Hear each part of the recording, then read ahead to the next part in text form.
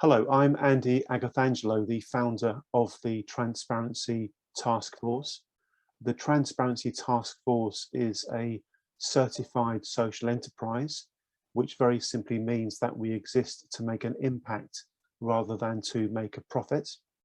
The impact we want to make, the impact that we are making, relates, of course, to the financial services sector.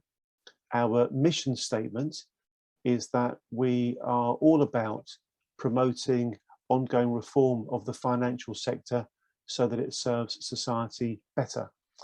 And the reason we are doing that is because the financial industry is profoundly important to the well-being of society, to economic stability, and also to political stability. But there are many good reasons to believe that there are one or two things not quite right with the financial industry. And to make my point as impactfully as I can, I'm sharing my screen and I'm showing you the database called Violation Tracker UK. The Transparency Task Force has been very closely involved with the development of Violation Tracker UK. It's built by some wonderful people in Washington, DC. The UK version is essentially a mini version of the huge American database, but this database in the UK is already quite large as well. Now, there's one particular search I'm going to show you, which is probably my favorite search of them all. If you go to the homepage, I'll put a link to the homepage in the chat in a moment. If you then go to other summaries, can you see this at the bottom right hand corner? Other summaries. And if you then click on parent industry totals, it quite immediately takes you to this list. What is this list? This is a list of industries ranked according to how much they've been fined by the regulators and the authorities in the UK. So at the bottom of the list, in other words, the industry that's least fined is paints and coatings. Next least bad is apparel, then tobacco, medical equipment, and so on. Now, I would strongly argue that the financial industry, which must be trusted to function successfully, should be nowhere near the top of this list at all. Of all the industries, the one that perhaps requires trustworthiness more than any of the others is financial services. The word credit derives from the Latin word credere, which means to have belief in. The entire financial system is built on the notion that it can be believed in, it can be trusted. It therefore follows that we could and should expect the financial sector to be remarkably trustworthy. Anything that happens in the financial industry that erodes or corrodes that trust is highly problematic. So we would expect to see the financial sector way down towards the bottom of this list. Is that what we find? No, it's not. What we do find is that it's towards the top. In fact, not only is it towards the top, it's actually at the very top. It is the worst behaved industry of all in the UK, according to the value of the fines since the year 2010. The data in this database goes back to the year 2010.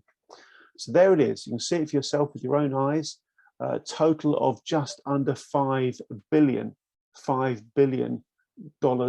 pounds worth of fines. And by the way, I mentioned dollars there.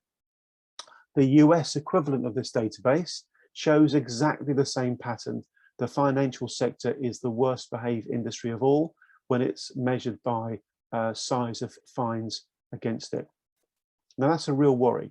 And to make it even worse, if you look at the numbers themselves, as I say, just under £5 billion for the UK, it equates roughly to all of the other 45 industries added together.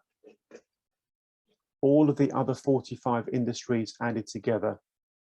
This, of course, speaks to the idea that there is something particularly bad about conduct within financial services. And to go to the next level of detail, to do that, you just click on where it says financial services.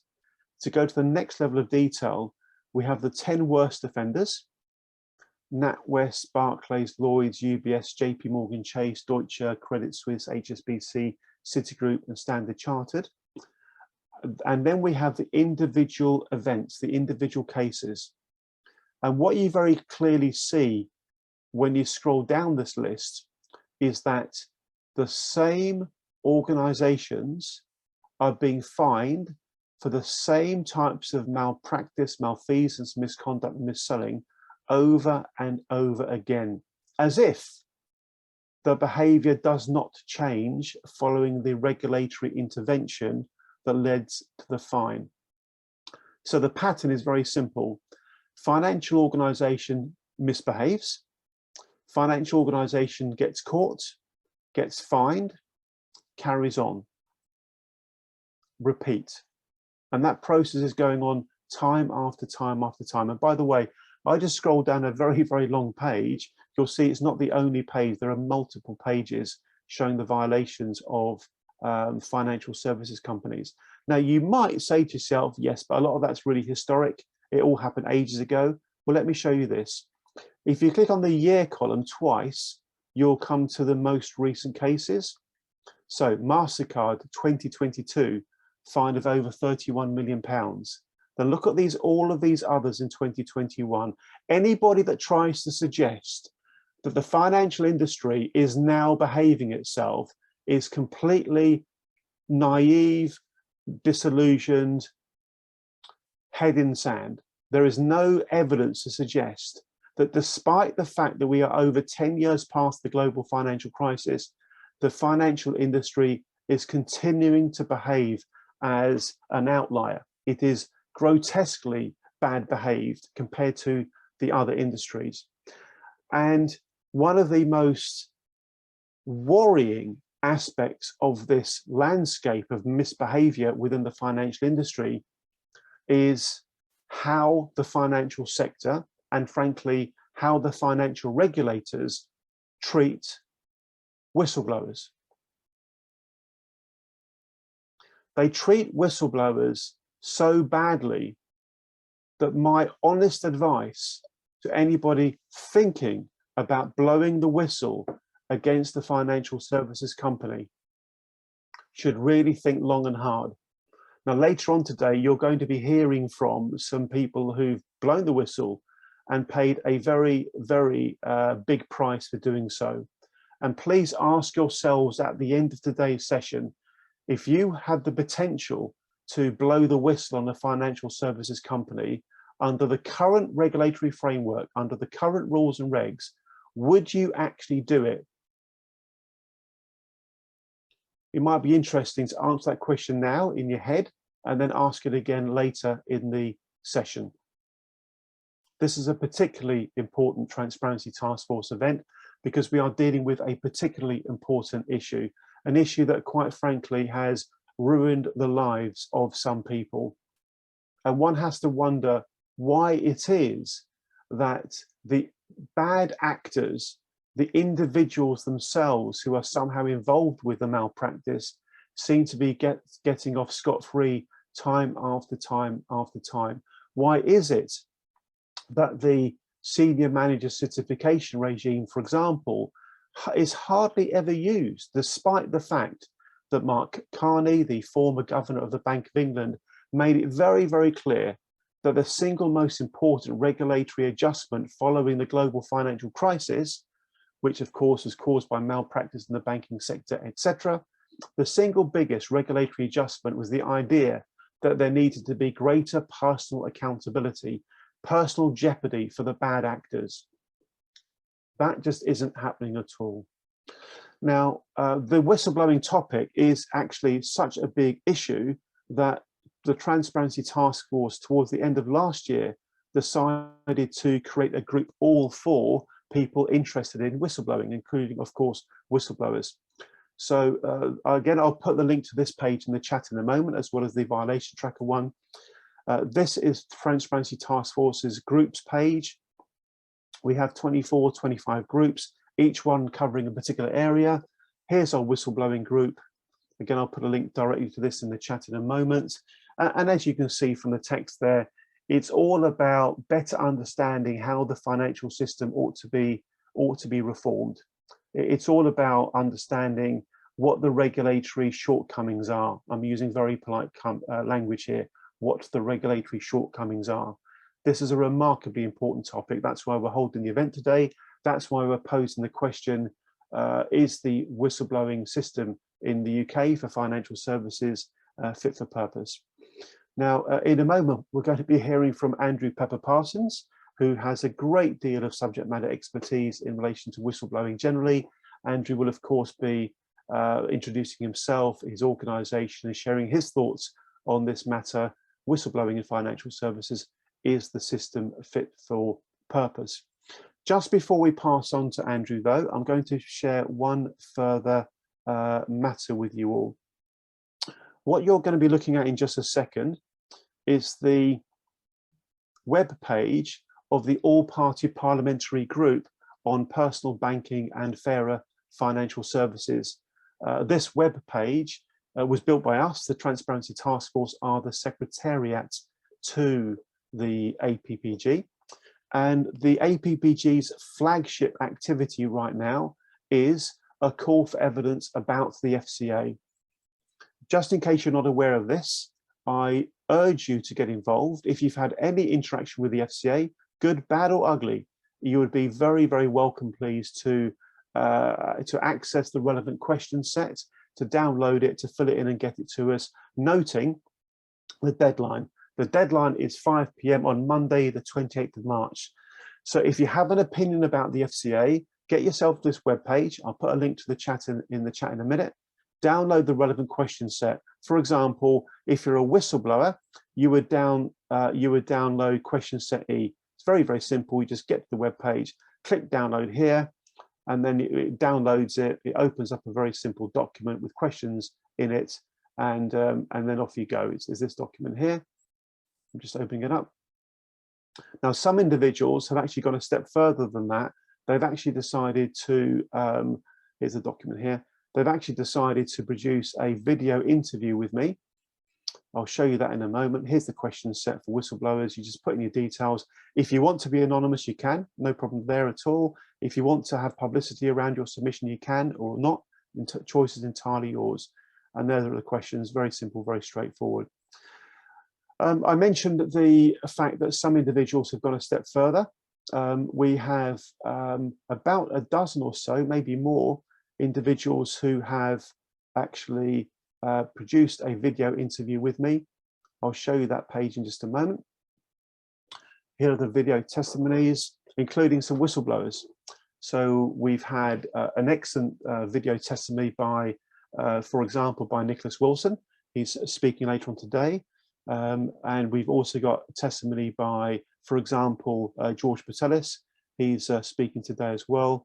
Here's Nicholas's video. You can probably see that one there, and so on and so forth. Lots of people have got involved here. By the way, we've now even had submissions from existing and or former FCA employees who are stepping forward because they also wish to share their thoughts about the FCA, whether that be good, bad, or ugly.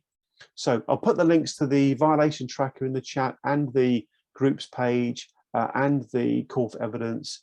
I'll do that as Andrew's speaking. Can I please invite now Andrew to take himself off mute, introduce himself, and then off you go, Andrew. We're all very, very keen to hear what you have to say. Thank you very much.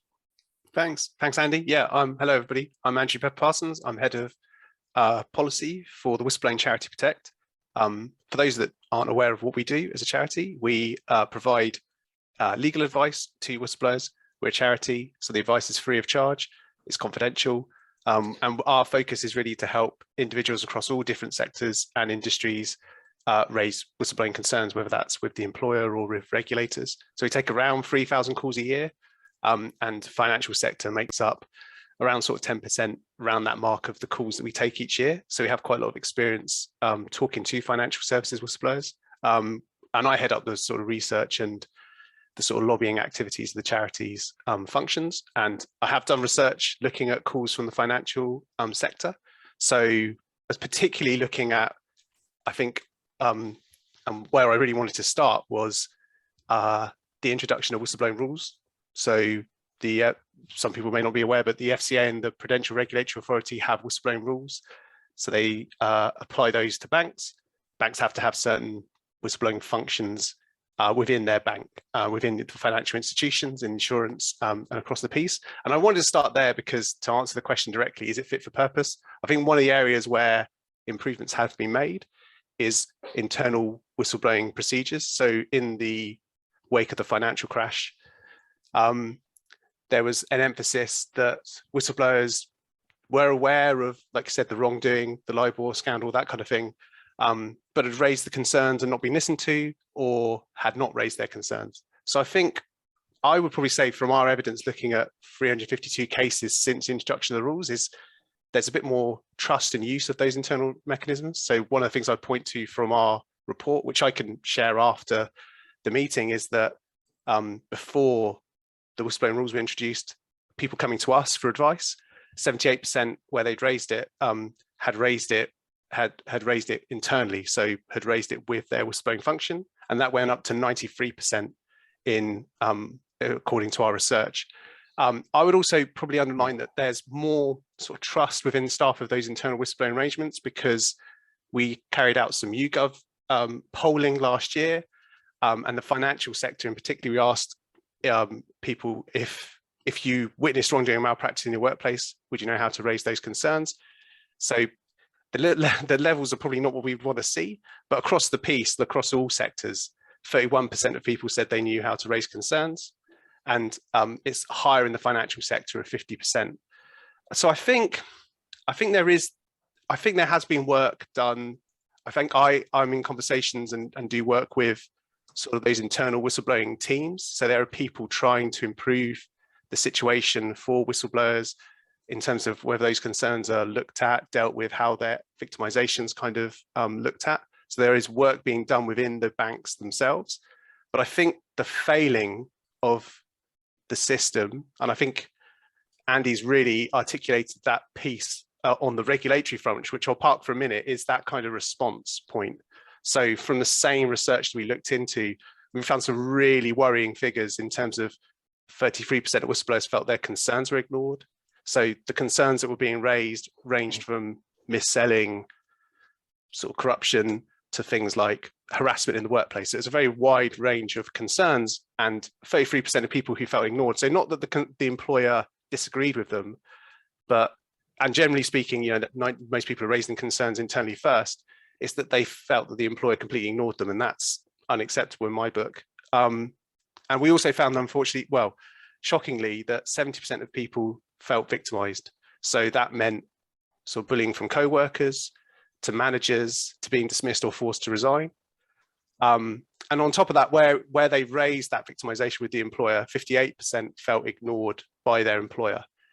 I do want to say that that research, Science and City 2, that's the report that we produced a couple of years ago now, may not reflect everybody's experience of blowing the whistle, but it shows the real problems within the financial sector.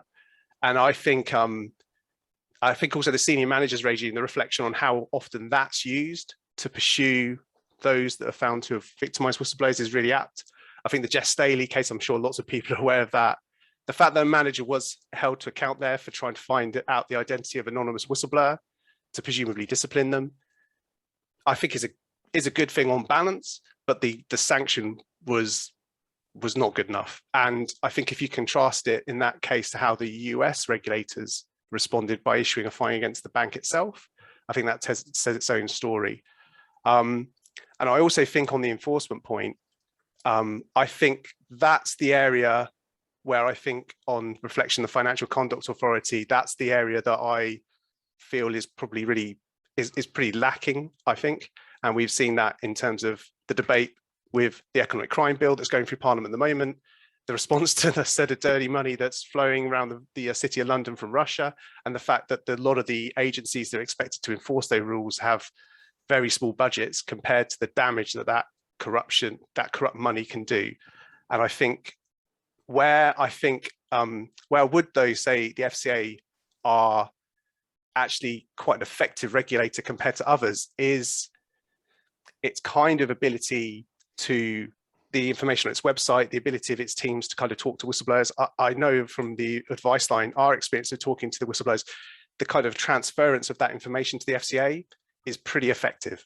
I will probably say that. I think they have quite a good way of taking that information. The problem is what happens with that intelligence when it gets to the other side. So what happens when it goes into the FCA and they don't really communicate to the whistleblower back in terms of feedback around what happens to that information. So I think the real problem is enforcement and kind of whether that's from the employer or from the regulator themselves. And there's quite a lot of stats floating around in terms of sort of, if you just look at money laundering, for instance, spotlight and corruption, identifying that there's a 35% drop in enforcement around money laundering. And they're experts, much more expert than me, who can talk about that kind of process.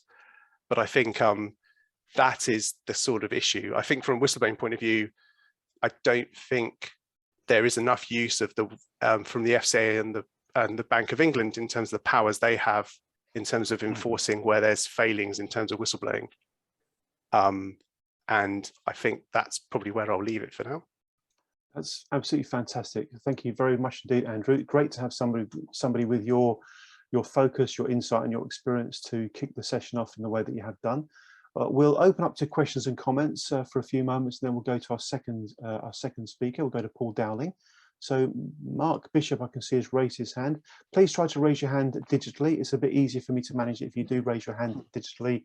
But if you can't do that, then no problem, just wave it about literally, okay? Mr. Mark Bishop, please make your point. Thank you. Okay, thank you very much for what you said, Andrew, and I do share your fear that evidence tends to kind of fall into a black hole in the FCA in particular, from which it never emerges, and it certainly never emerges as an enforcement investigation that leads to action.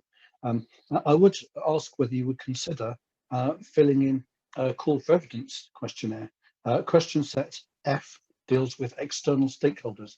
These are people who are involved in other statutory and non-profit bodies particularly, and I think that question set would be extremely apposite for the role that you hold. I think that your evidence would therefore be of great value. Yeah, I'm more than happy to do that. That's not a problem. Thank you. That is excellent. That really is excellent. Cara, can you make sure that we follow up on that tomorrow and make sure that Andrew has everything he needs to be able to reply within the timescales we've got? Thank you, Mark. What a great suggestion. And Andrew, I'm so pleased to hear you respond so instantly and so positively to that suggestion. That's great. Thank you very much indeed, Andrew. Well done, Mark. Anybody else, please wave your hand if you'd like to, or digitally or otherwise. Otherwise, we're going to move on to our second speaker quite shortly. It seems that Andrew's done a great job in getting the show on the road. Can we please show our appreciation to Andrew before we then move on to hearing from Paul? Thank you very much indeed, Andrew. Perfect stuff. Perfect. And feel free to chip in. We'll come back to you during the session in relation to other matters that arise during the conversation.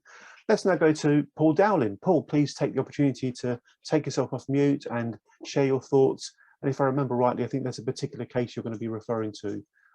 Thank you very much indeed, Paul. Thank you. Hi, everybody. Thanks. Can you hear me okay? Perfectly well, yeah. Okay, great. Well, firstly, thanks to Andy and Transparency Task Force for having me today. I'm Paul Dowling. I'm a partner at Lee Day Solicitors in London, in Lee Day's international department. I specialise in international human rights litigation and more recently in international corruption and whistleblowing work, which is obviously my connection with the event today.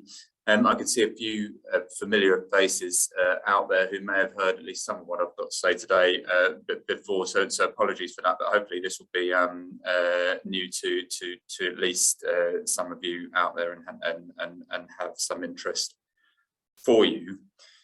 So I'm going to talk about a case that I worked on where I represented whistleblower Amjad Rehan in his legal claim against EY, formerly Ernst & Young, and then just outline what I see to be some of the wider implications of that case in terms of the legal protections that are available to workers who become embroiled in corruption overseas through no fault of their own. So Mr. Rehan's case concerned allegations that EY had covered up the adverse findings of a sustainability audit by a Dubai gold refiner, including evidence of money laundering and conflict minerals. And that caused Mr. Rehan, who was the partner in charge of the audit, to flee Dubai and resign from his job. During the course of that audit, Mr. Rehan and his team had uncovered serious money laundering red flags, including billions of dollars worth of cash transactions and gold bars being imported from Morocco that had been painted with silver to avoid Moroccan export restrictions on gold. Mr. Rehan came under pressure from the gold refiner and the local Dubai regulator to water down the audit findings.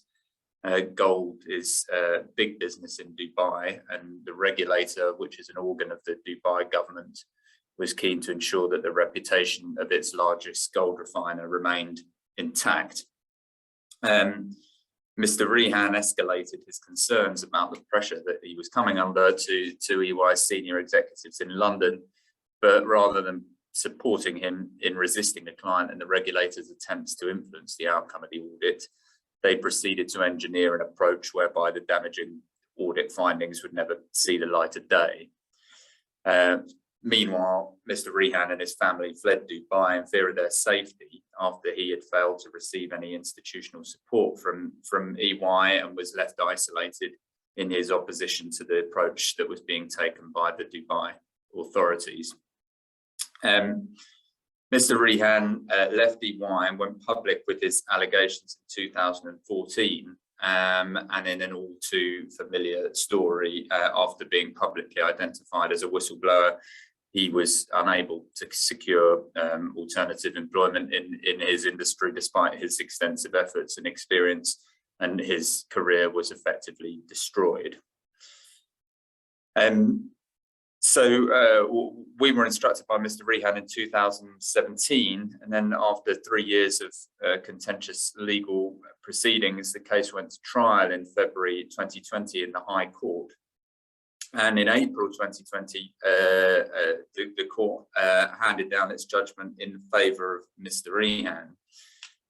It found that senior EY global executives had consistently acted in breach of their relevant professional and ethical standards when dealing with his concerns, including presenting misleading audit reports. And just by way of example, the EY was found to have amended the gold refiner's reference to the silver-coated gold bars in its audit report, which EY amended to describe it instead as documentary irregularities. So that was the type of conduct that was going on within EY, and they're a supposedly independent auditor. The court found that by colluding with the Dubai regulator in its efforts to conceal the damaging audit findings, EY had breached its duties of integrity, objectivity, professional behaviour, and awarded Mr. Rehan $10.8 million in damages in respect of past and future loss of earnings. EY filed an appeal, but then withdrew that in December 2020. So at that point, Mr. Rehan had finally and definitively won his case. So just briefly then, in terms of what the wider implications of that for whistleblowers, the court in that case created an important new duty to ensure that individuals working in overseas operations of UK companies are not embroiled in unethical conduct. So that means that whistleblowers working in UK-based multinational organisations may be able to obtain substantial compensation, even where they fall outside of the scope of the statutory whistleblowing protections that exist here in the UK under the Employment Rights Act. Now that's closed an important gap in the law in terms of protection of international workers who raise concerns about corruption arising from overseas operations of UK organisations. because overseas workers are excluded from the statutory protections for whistleblowers.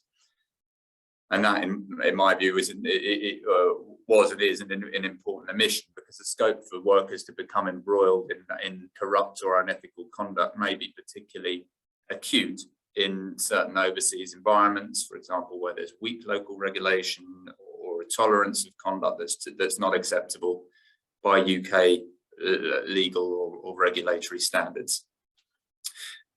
Secondly, and connected to that first point, it's now clear that as far as English law is concerned, English professional conduct regulations will trump the rules and directives of a foreign regulator. So EY had consistently argued that their only duty was to comply with what they were being told to do by the local regulator in Dubai.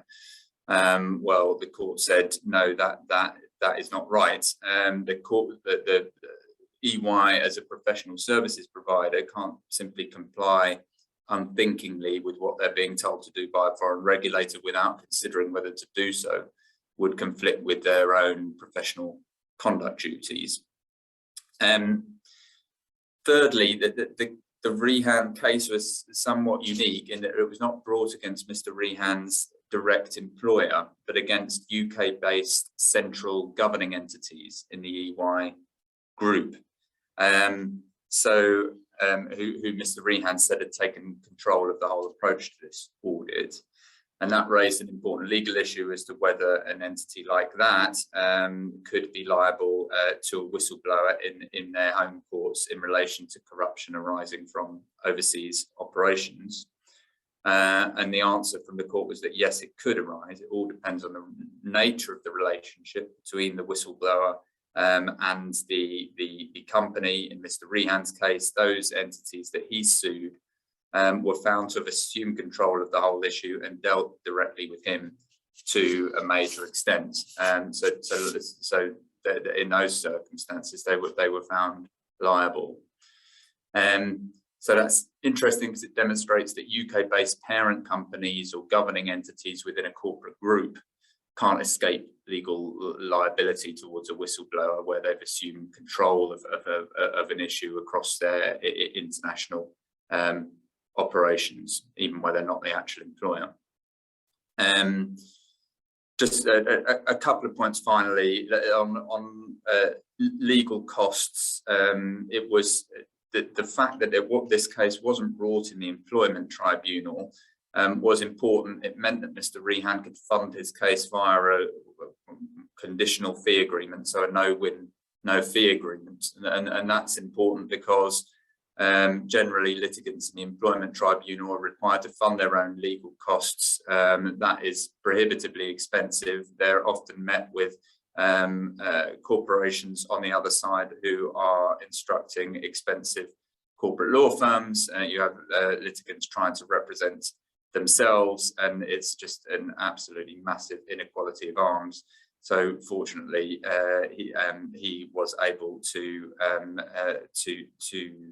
access justice in a different way and funding in a different way than that's which is available in the employment tribunal. And it also gave him an increased time period in which to bring his case. Again, employment tribunal time limits for starting claims are incredibly short, which is something that definitely needs looking at, because whistleblowers often don't appreciate the impact on their lives until some time after the events have actually happened, by which time the period to bring a legal case has expired. So that was an important feature as well. And just as a last point, the EY was also found, interestingly, despite this being one of the big four professional services firms, it was found not to have any internal whistleblowing policy, which was pretty remarkable, really, for an organisation like EY. So yeah, I'll leave it there, but yeah, I'm happy to take any questions on that. Paul, thank you very much indeed. That really is a remarkably interesting case, and I think Mark Bishop made reference to the Panorama program that was that covered it by Andy Verity. Paul, I'll kick off the questions if I may. Do you think that, in general terms, when companies do something wrong, do you think that there's a lack of individual accountability for the individuals who are somehow to blame or somehow responsibility? That the pattern always seems to be that somehow the corporate entity gets a fine, i.e. the shareholders pay the price of the malpractice, but the individuals concerned, really not a lot happens to them. What are your thoughts about that in relation to this particular case and more generally? Well, I mean, I think when it comes to a civil case like this, it does really need to be the corporation that's. I mean, you can bring civil cases that against both the corporate entity and the individuals who were actually directing and managing things. That's certainly a possibility, and often it might end up exerting more pressure if it's individuals whose names are on the charge sheet, if you like. That could end up exerting more pressure on the company. So it is possible, but it's the company really that sets the culture. And yeah, I feel that in my view, it really is the corporation that should bear the consequences largely. I mean, obviously, it very much depends on the individual facts, and if you've got one individual who's operating in a completely rogue, unethical way within the company, that might be different. But normally, these things are born out of a broader culture within a company, and it's that really that's the failing, rather than a particular individual. Thank you, Paul. Thank you very much indeed. Let's go to any comments or questions by any of the attendees. Mr. Nigel Cairns, I can see your hand is up. Go for it, Nigel. Thank you. Nigel Cairns, calling in from Devon. Sorry I arrived at this a little bit late. I have a question that's a bit on the margin for what the subject matter is today, but I think relevant to what Paul's just been telling us. HSBC in recent times has been criticised for its support of the regime in Hong Kong and other things on an international basis. And Mr. Quinn has, on more than one occasion, trotted out the type of line that the company complies with the law of the jurisdiction in which they operate, and therefore they shouldn't be criticised if those laws don't necessarily align with UK laws. But it seems to me, certainly from what Paul was saying, that that's not necessarily the case with regard to the whistleblowers' position. And I'm wondering if those principles have wider implications concerning the type of statement that Mr. Quinn has regularly been espousing.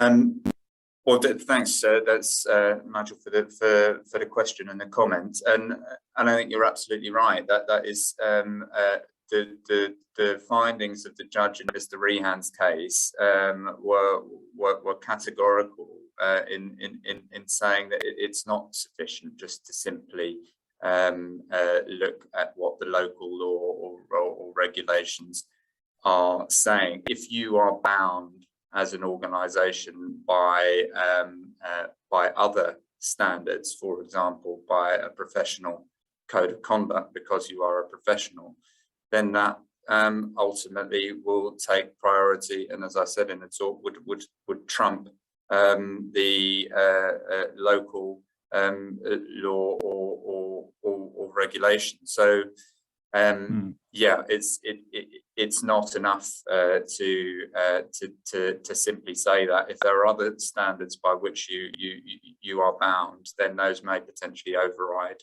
local laws and regulations. So you would expect in those circumstances for British regulators to be looking into these matters, you know, with those factors in mind, which they don't appear to be doing at all. Certainly, yeah. I mean, the case, of course, was based on the fact that the UK entity had intervened and taken control of what was going on. So that, you know, these UK governing entities had intervened and taken control of what was happening. If you had a situation where it really was purely a local entity that was running the whole show under local regulations, then there would perhaps be different. That would perhaps be different. But provided you've got some evidence that a UK entity had some responsibility for what was happening, and the fact that it was happening overseas doesn't give them a get out from their own professional obligations and potentially legal obligations as well in this country. Thank you. Thank you very much, Paul. And Nigel, Paul Carlier, to you. Right, okay. I mean, I'm obviously going to speak later about a variety of things, but it's probably a sensible time to introduce a couple of what I believe are solutions to the problem, and certainly based on my own experience and that of others. And to Paul, to get a legal opinion on this. I know this is not a legal opinion in the formal sense, but at least some sort of feedback. When I went to the tribunal, the maximum for unfair dismissal was £76,500. That was 2015. Now, that I think at the time represented about 2.5 times the average annual salary. However, for me as an individual, it represented a fraction of my earnings. My basic salary was 175,000 in the city, and obviously city pay is obviously going to be a lot higher than average. And on top of that was a bonus.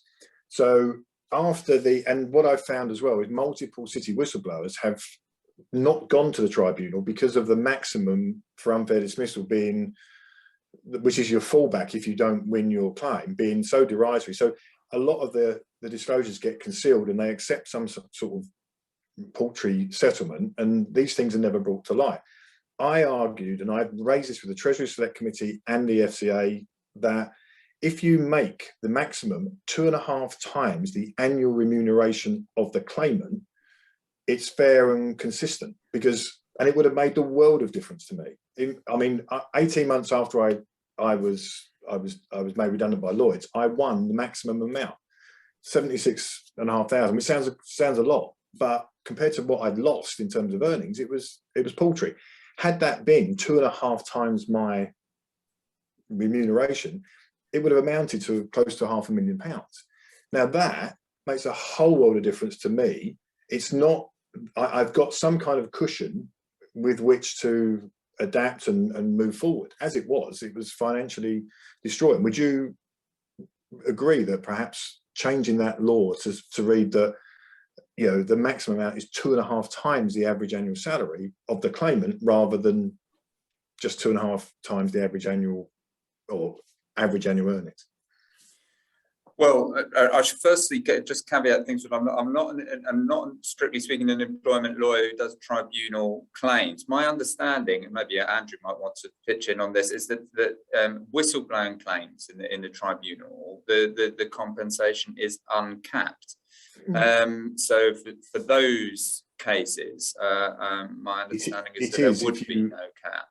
It is if you can prove that your disclosures were the reason for dismissal, and I'll come to my case later in my presentation. But you know, the problem is only 4% of whistleblowers in the UK historically are successful, which is a shocking statistic. So when people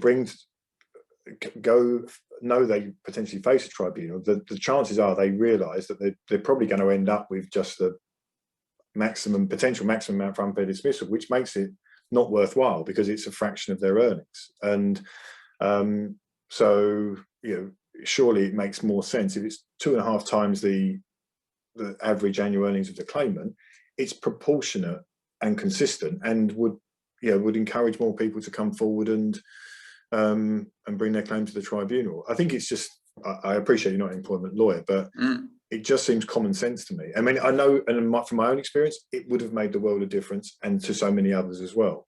And you know, I think that is part of the problem, and that would be part of the solution for me. Yeah, well, I mean, it does sound, from a common sense basis, it sounds perfectly rational. You should be able to recover the losses that you've actually suffered, rather than being subject to that pretty tight cap. And I think these rules seem to be born out of the kind of sort of general understanding that doesn't really ring true, which is that employment tribunal is this kind of sort of quick justice, that so that it's all sort of streamlined on the basis that you're supposedly getting this kind of expedited route to justice, but that isn't actually borne out in the reality. The cases take a massively long time. And there's all sorts of other issues, as I alluded to before, in terms of costs and inequality of arms. So I think you're quite right, and there are some really important structural changes that need to be addressed in that tribunal system, which at the moment, again, from the perspective of a non-employment lawyer looking in, are not really fit for purpose and are not delivering justice for whistleblowers. And as you've said, that's borne out by the number of successful cases that there actually are in the employment tribunal. That was if I may, just one other point, because obviously that I'm a big believer that you don't have the right to complain unless you've got ideas or suggested solutions. And very recently, I made a series of protected disclosures to Lloyds Bank, my former employer, and it included new discoveries that I've made, but also it connected some dots that I discovered when I was employed by Lloyds. Now, I said I made them as protected disclosures according to the various case law and everything else, and asked them to confirm that you accept at point of making the disclosure that these are indeed protected disclosures. Now, that makes, when you go to tribunal, it's only the very last minute that the bank or the employer will argue, no, they're not protected disclosures in the first place because of this, and this. To establish it at the very outset makes common sense. Then everyone knows where they are from the outset. Lloyds, in three different emails from Charlie Nunn's office, this is the CEO's office and the group executive complaints, stated that, no, we are not prepared to do that. They literally have gone to and asked me, well, why do you need? Well, just answer the question. Do you accept that these are protected disclosures? So this is 2022, right? It's a very simple question. And PIDA, the Public Interest Disclosure Act, the purpose of it is to prevent any potential detriment, no matter how rare, whatever. So but the first thing is, it makes common sense and absolute sense to say, yes, at point of making the disclosure, we as a firm and employer, we do accept that these, confirm that we accept these as protected disclosures. Then everyone knows where they are from the outset. Lloyds have gone to extraordinary lengths now to avoid confirming it. They won't say no, they're not, or yes, they are. They are literally refusing to confirm. And then one of them said that, well, we're not sure that, why would we have to, because what sort of potential detriment could you suffer? It doesn't matter whether or not you could. The whole point is that it's there to protect you against any potential. So just confirm it. So what does it say? That they are, this very simple process that would basically really prevent detriment later on. The banks in 2022 are avoiding answering the question. Thank you, Paul. Thank you very much indeed. Paul, that was a great session. We're going to be moving back to Paul Carter in a minute when he actually starts his actual presentation, but there's already a long list of questions and issues that really are coming to the surface here in terms of potential improvements to the system.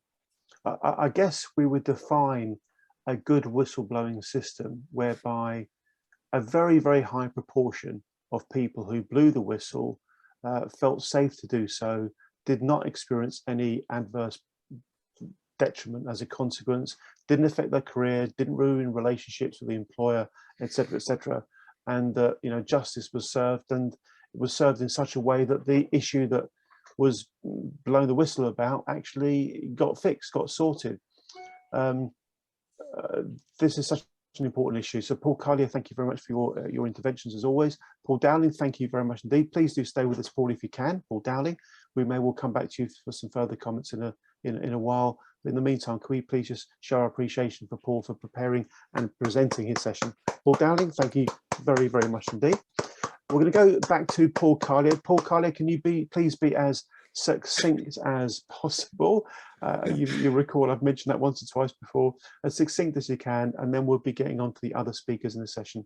Thank you very much indeed, Paul. Thank you. Is it okay to share my screen, Andy? Yeah, it should be fine. It should be fine. It's funny, just on that, I just recently got a DSAR response from the SFO, and they referred to my interview with them when I escalated disclosures to them in 2015. The meeting with Carlier went long, so it's not only Andy that bangs on about me going on a bit. So just before I share my screen, there's quite a few slides here, but I'm going to whiz through most of them because I am conscious of the time, but I want them on the recording so people can come back and review them at a slower pace if need be. So I'm just going to try and share my screen now.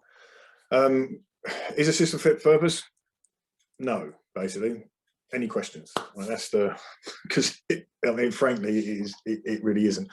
Right, I need to just make it clear that I never make an allegation of complaint unless I believe that I'm right, and I never make an allegation of complaint unless I believe that I have the evidence to demonstrate or prove it. And if I'm expressing an opinion or a conclusion, then I'll establish that and the grounds and or evidence for drawing it, just so that we're clear.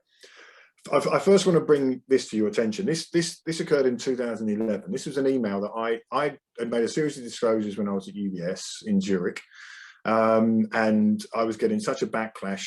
I decided to escalate it up the chain. And on 3rd of October 11, I emailed a senior person in HR requesting a meeting. I had some confidential, and I specifically asked that before we have the meeting, but will everything we discuss be held in confidence? And as you can see, I got the reply assuring me of confidence and confidentiality. And at that meeting, I escalated all my disclosures about what I'd witnessed and what had happened in response. And within weeks, I was subject to a bogus dismissal, and it was engineered by that very HR manager and the global head of FX trading, to whom I'd raised disclosures to and then escalated disclosures about. Unbeknown to me, that HR manager and the line manager were actually implicated by one of the disclosures. So the point of this is to show that my lack of faith in internal whistleblowing mechanisms. Now, you've heard a lot about everything's improved and everything's changed, but my case began with Lloyd's in 2014, and here we are in 2022. And I've had to just recently, on 17th of February, issue, first of all, this is the FCA notice about UBS wrongdoing, and it confirms that disclosures that I made escalated further up the food chain in December 11, February, March 2012 were ignored. So that's in the FCA final notice, just so we're clear. Joined Lloyd's 2012, believed taxpayer owned, all the bad press, they're going to be cleaner than clean. But between August 12 and September 14, I was forced to make a whole series of protected disclosures, and I'd followed the whistleblower policy to the letter. 17th of February this year, I've sent this letter to the FCA, and in it I make significant allegations. Now, I'm not going to go into the whys and wherefores of the case here, but you need to understand that this began in 2015, and when PIDA was in effect, it then continues through to that and into 2016 after new rules came in, and furthermore, when after the period where Andrew Brady said that LCNF occurred because we devoted so much time and resources to improving the whistleblower mechanism, and after Nikhil Rathi and Mark Stewart both proclaimed their love for whistleblowers and how much they value and cherish them, and all of that was all up until last year, and yet the FCA, February 18th last year and in December last year, made knowingly false representations in correspondence that's over regard to issues that span that entire period. So you've got a new head at the FCA, you've got a new head at Lloyd's, new broom, new head, new handle, same broom. Nothing has changed in my experience. And these are some of the offences that my letter, the new evidence I've now got, and it's taken me years to accumulate that letter, it's significant failures and dishonesty throughout the FCA, you know, that's every department. I mean, up to and including the CEO's office. I'm going to skirt through so you can review later. But part of the problem, they're not the only ones that are part of the problem. Obviously, Lloyd's, the FCA, you know, and for me, Public Concern at Work, which is the name that Protect used to go by. HM Treasury and the Treasury Select Committee, all of whom I have, this is the hierarchy of oversight, if you like, and I've raised these concerns multiple times with all and been let down by all. I would hasten to add that Kevin Hollingrake is now on the Treasury Select Committee. This doesn't include him. In fact, Kevin was good enough to speak on my behalf at a whistleblower debate in the Commons and highlight that plight of myself and many others. So for that, I thank him, and he is not subject to these issues. Escalated my concerns to the FCA in March 2015, and I'd escalated them all to line managers and senior managers during my time of employment and whenever I saw them. This is a recording that the FCA gave me of my meeting with them in April 15. And this is an extract from that. This is Andrew Brodie, who ran the FX investigation, and what you'll see here, it's that he reveals that he's going to escalate this to his colleagues in retail supervision because the whistleblower issue with Lloyd's has been raised several times with them. And then he goes on to, they've got a history. So there's a pattern of behaviour here. So, and he confirms he's going to escalate this with supervision. And prior to me, there was obviously Sally Masterson, Paul Moore, the HBOS whistleblower, but this confirms the FCA knew there was a pattern of abuse of whistleblowers at Lloyd's, and they highlight so many of the issues you know, that they found. And one of his colleagues says, you know, it's important employees feel comfortable going to their whistle team, and the importance of the whole system working and functioning. But despite this, the FCA did nothing against Lloyd's in response to my case or any others. And here's one thing that I really want to make clear, expose, that the narrative in respect to me personally has changed and evolved over time, so that it now reads this: Mr. Carlier was an FX trader at LBG who accused his employer of making him redundant because he was a whistleblower, and he raised concerns about the firm's FX businesses. Apparently, the firm did not consider him a whistleblower because he was vocal in expressing his opinions. For this reason, he's also not considered a whistleblower by the FCA. So a whistleblower is making disclosures, he's raising concern. Now, this memo is dated last year, right? So, but I'm going to take you back to 2015, and I have this is another fact here. I have written confirmation from Lloyd's confirming that I was a whistleblower. That is dated 2014. I have over 100 internal FCA emails spanning several years confirming that they regarded me as a whistleblower. I have written confirmation from Public Concern at Work, now Protect, that they too regarded me as a whistleblower. And this is all prior to my tribunal. I'd followed the policies to the letter, the Lloyd's policy, which is based on the Protect model policy. And I'm going to skirt through these ones, but this is 12th of March. This is the FCA whistleblower team email confirming that, you know, they spoke to me as a whistleblower debrief, raised some of the concerns that I'd made. I'm going to whiz through these so you can go back at your leisure. April 15, I've spoken to the whistleblower, me, again, whistleblower. Again, we received a whistleblower report from it just goes on and on and on. Now, and in July 15, this is a real concern, because obviously the longer this went on, I want to this is from the whistleblower team, and again, classify me as a whistleblower, but this next part, this is internal stuff. They recognise how stressed this individual is and the effect this is having on his health and life. And I did tell them that I actually believe that it would have been preferable had I taken my own life prior to coming off of the payroll at Lloyd's, because at least my family would then get the death in service benefit of 8 times my salary. Now, so the FCA were aware of how vulnerable I was and how distressed I was over the fact that Lloyd's were lying about, and they had falsified an investigation outcome into my disclosures. I'm not going to go into too many details here, I want to go through. But further in August, whistleblower, the FCA again referring to me as a whistleblower. This is to Lloyd's senior counsel, Greg Choice, whistleblower again. Now this one here, this is incredibly disturbing.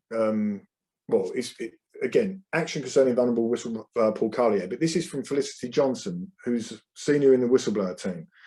She is so concerned in November 16 that she wants to call the police to come to my property to check on me because of my well-being. She believes that I'm so distressed and such a significant suicide risk that this is her opinion.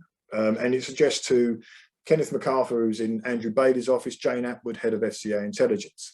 Now, the reason for this was that I was waiting on an FCA complaint response as to what had they done, what in terms of the evidence I gave them to expose Lloyd's dishonesty in their investigation outcomes.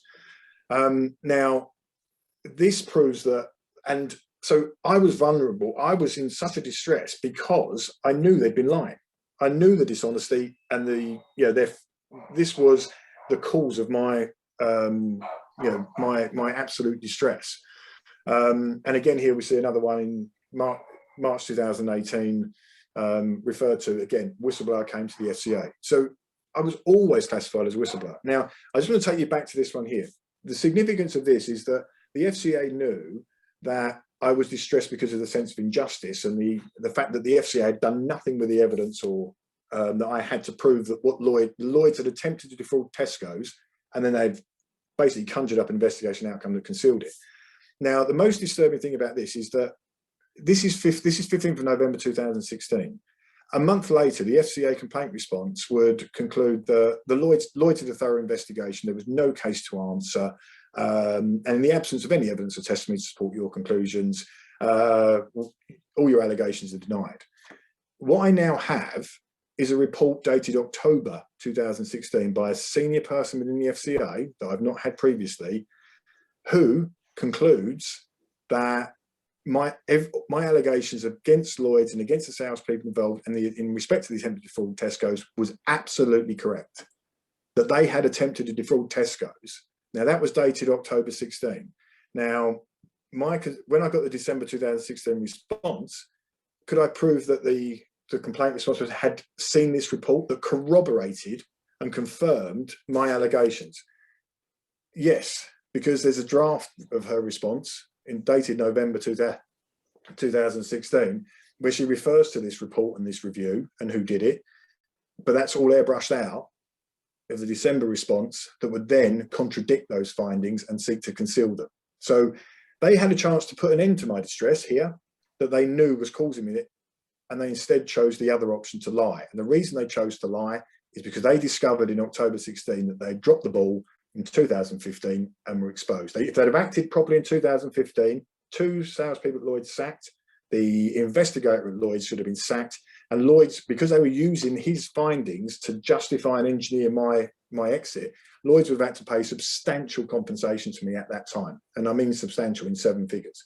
It's just a fact. So that would have ended my distress, but they chose to conceal it and have done thereafter in multiple responses, including one dated February last year. This is after Rathi came in. So they made the same false representations and actually went on to make even further claims as to what they did in 2015, which is further disproven by the evidence I have. So again, I won't go, I really want to just rush through the rest of it now. So thank you.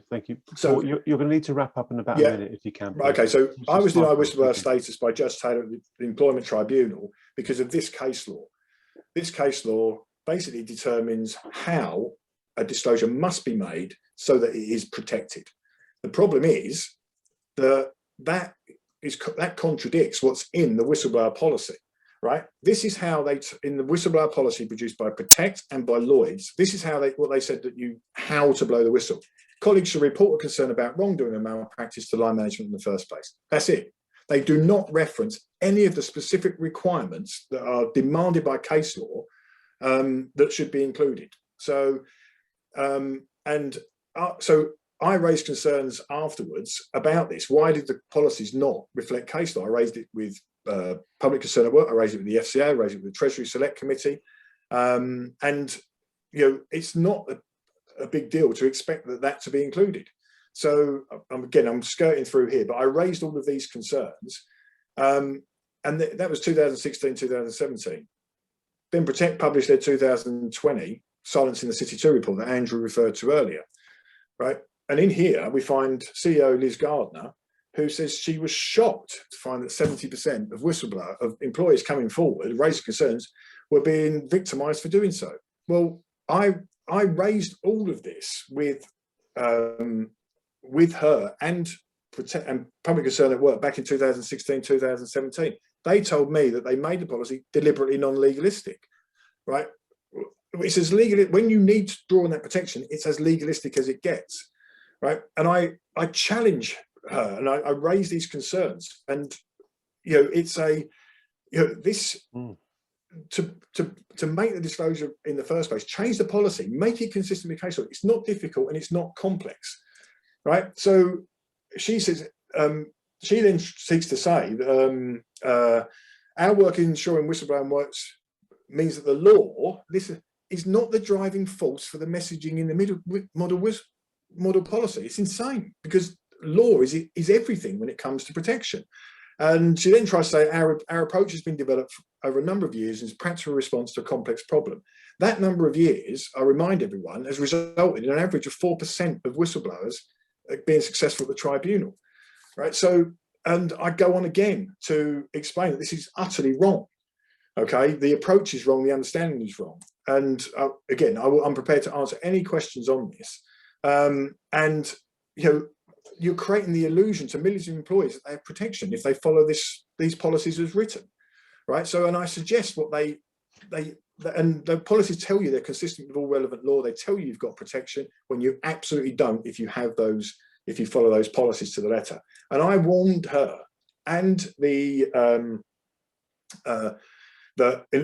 misleading employees into becoming lambs to the slaughter due to the illusion of protection that Public Concern at Work and the firms knew didn't exist if employees followed the policy. So, why are you shocked 4 years later when you find out that, sure enough, these lambs have been led to the slaughter?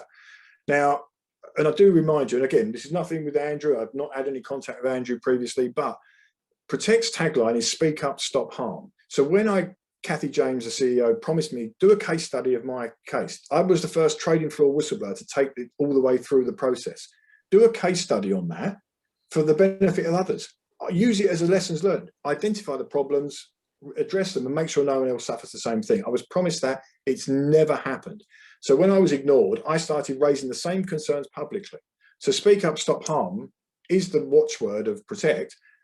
Unless you speak up about Protect, I'm blocked on social media because I've raised concerns publicly about them. I also applied for the CEO's role in 2020.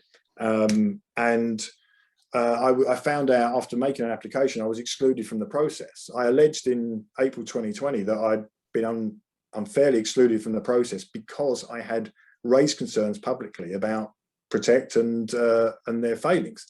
I was told by Dave Widdowson, who's a solicitor and trustee for Protect, that this was absolutely not the case. I had not been excluded from the process on that basis, whereas I've now got minutes of a February 2020 board meeting at Protect where they write, talk about candidates, and they refer to me and me being excluded or deemed unsuitable because I'd raised concerns publicly about Protect.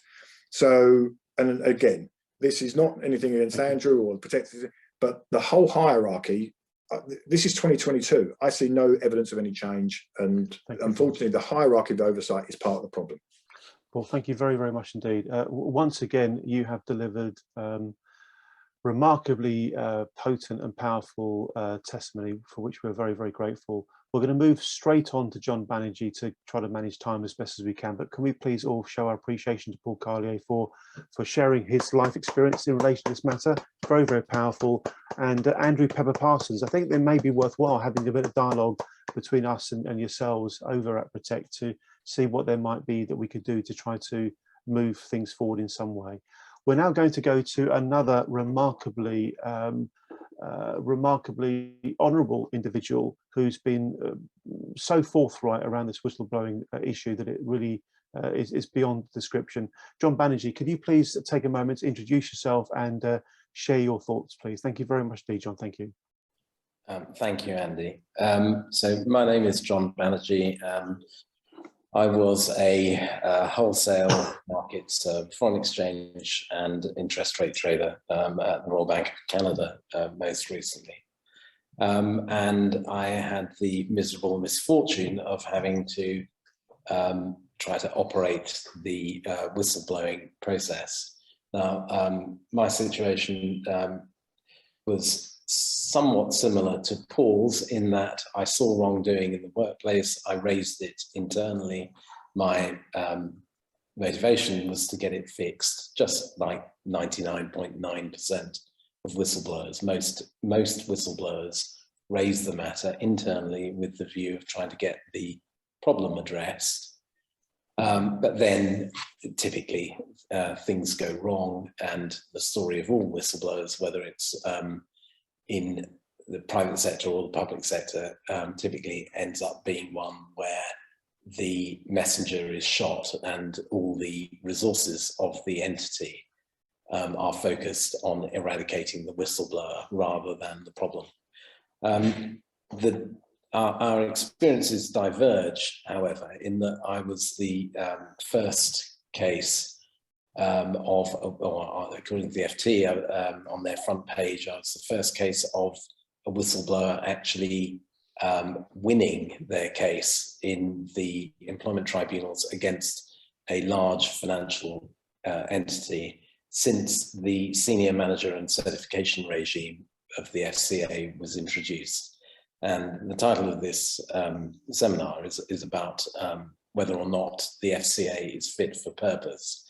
And Andy already raised the issue about the single biggest learning, according to Mark Carney, former governor of the Bank of England, in his Reith Memorial lecture from the global financial crisis, was that individual accountability needed to be increased. And the way in which the UK authorities decided to do this was by introducing the senior manager and certification regime, which brought into the ability to hold senior managers to account. Pardon me, sorry. Including giving, pardon me, including giving up to 7 years of bonus clawbacks. Now, with whistleblowing, I've put into the chat, unfortunately, I don't have slides available to share with you, but I put into the chat the FCA's handbook, section SYSC, chapter 18, which chapter 18 is all about the FCA's specific whistleblowing protections. Now, this is for regulated financial services businesses in the UK. This gives an additional layer of, or should give an additional layer of protection to whistleblowers over and above PIDA, which is the only protection that ordinary people have in the UK, and it's only related to employment law. I'd like to draw your attention, pardon me, to section 18.3.9, which is the link to fitness and propriety. And what it says is that the FCA would regard as a serious matter any evidence that firm had acted to the detriment of a whistleblower. Such evidence could call into question the fitness and propriety of the firm or relevant members of its staff, and could therefore, if relevant, affect the firm's continuing satisfaction of threshold condition 5, i.e. suitability for conducting regulated business, or for an approved person or a certification employee, their status as such. Now, that, on the face of it, is a very powerful piece of legislation. It's saying that if there was evidence of detriment to a whistleblower, that the FCA would regard it as a very serious matter. And if proven, well, actually, they're just saying they will consider evidence as being a serious matter in that section of their handbook. Now, what was unusual about my case?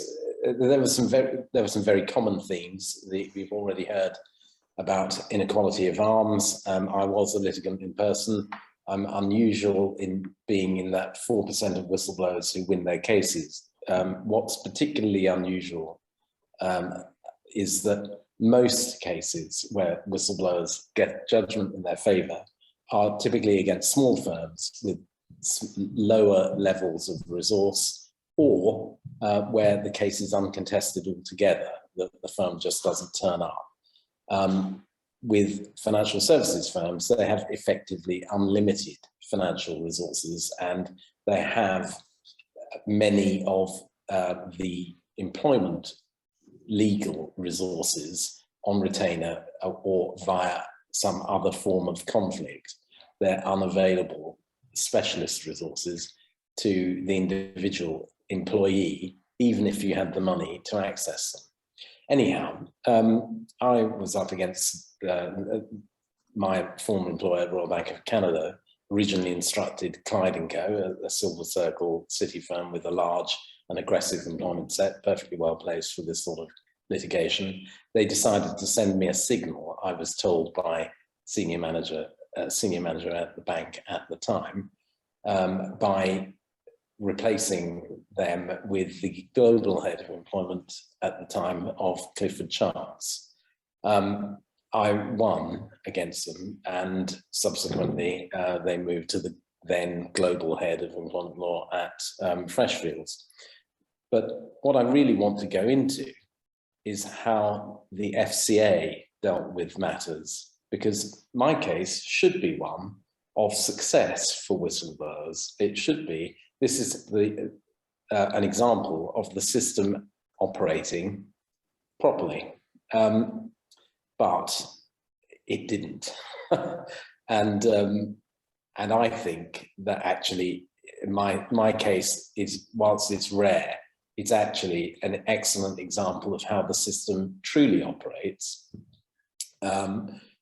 Now, bear in mind that the events that my whistleblowing occurred in 2016.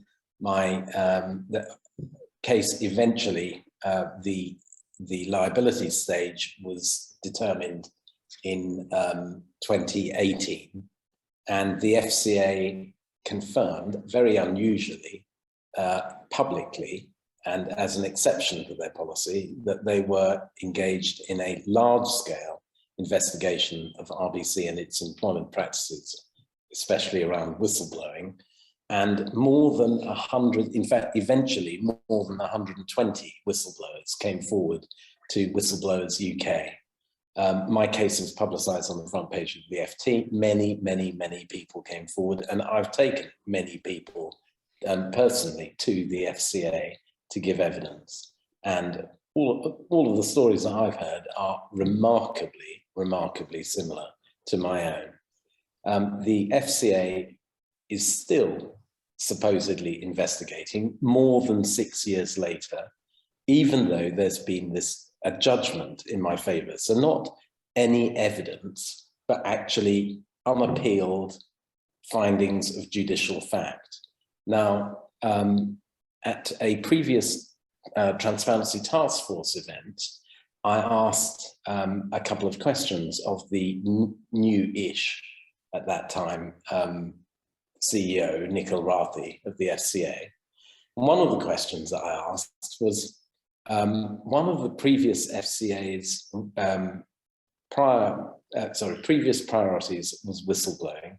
Does the FCA consider unappealed employment tribunal judicial findings as conclusive evidence of the facts so found when enforcing its SYSC 18 regulations regarding the safeguarding of whistleblowers? Now, Mr. Rathi tried to wriggle out of the question, out of answering the question, but he eventually did give an unequivocal answer, which was recorded by the TTF on video, where he said that no, they don't. They don't consider unappealed findings of an employment tribunal as conclusive evidence of the facts they found.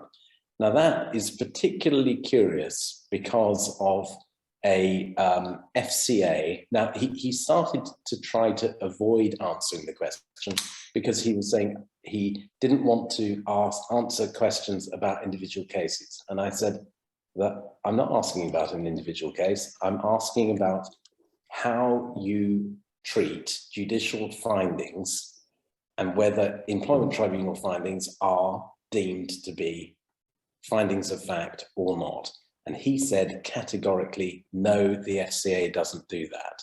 Now, he knew that the question was coming from me. We had to submit all of our questions in advance, and he was very keen not to answer, but he did answer. Now, I'm just putting into the chat details of a document, which is the FCA's publication on their corporate complaint scheme. Now, at paragraph 6.15 in that document, it says, in the investigation of a complaint by either the relevant regulator or the complaints commissioner, any finding of fact of 1A, a court of competent jurisdiction, whether in the UK or otherwise, and then I'll carry on, and then 3C is any other tribunal established by legislative authority, whether in the UK or otherwise, ...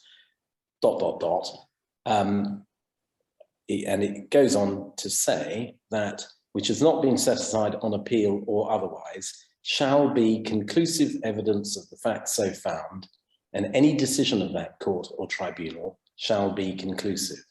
So in other words, in, for instance, my case, the FCA has conclusive findings of fact, which they are bound by, and yet 6 years later, they have not as yet determined any action whatsoever. Now, that's in the face of their policy in their handbook about the link to fitness and propriety should someone engage in detriment to a whistleblower. Now, the broad point that I want to make is that it's difficult to see how the FCA aren't absolutely part of the problem. You can have all the legislation, all the rules that you like, but if things are not enforced, and in fact, if things are deliberately unenforced, all that you do is actually encourage the problem. The only thing that my case has served to highlight is that post the introduction of the senior managers regime, even in the event that you engage in detriment to a whistleblower, and if the findings are actually found, that somebody actually goes through the process to the extent of getting judicial findings of fact, and there are other inequalities of arms. For instance, HMRC now say to me, having given me specialist advice specifically tailored to my circumstances by a senior tax technical expert, they've now rescinded that and said that the treatment of an award will be different to me as I have received an award than it would have been if I had done a deal with the bank and signed an NDA. In other words, I would have been financially better off, they're now saying, not at the time, not beforehand, but now they're saying that I would have been better off if I had signed an NDA than if I received a judgment, which is extraordinary and different. But in any event, going back to the FCA, it's tremendously difficult to see how more than 6 years later that they're actually dealing with the wrongdoing. And Mr. Rathi's specific answer that they would not consider unappealed judicial findings of fact as findings of fact can only be interpreted as a means of trying to not enforce their own rule book, which they have created. This really is awful stuff. And the only other point that I want to make, which is a common theme to some of the previous speakers, is that suicide is a known consequence. This process is brutal, absolutely brutal. I won, and I can tell you that it's brutal.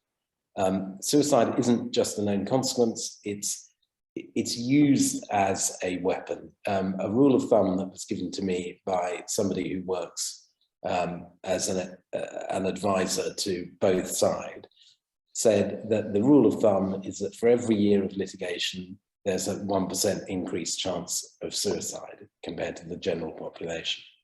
Now, that's really pretty awful when many of these cases rumble on for more than 5 years, in some cases more than 10 years.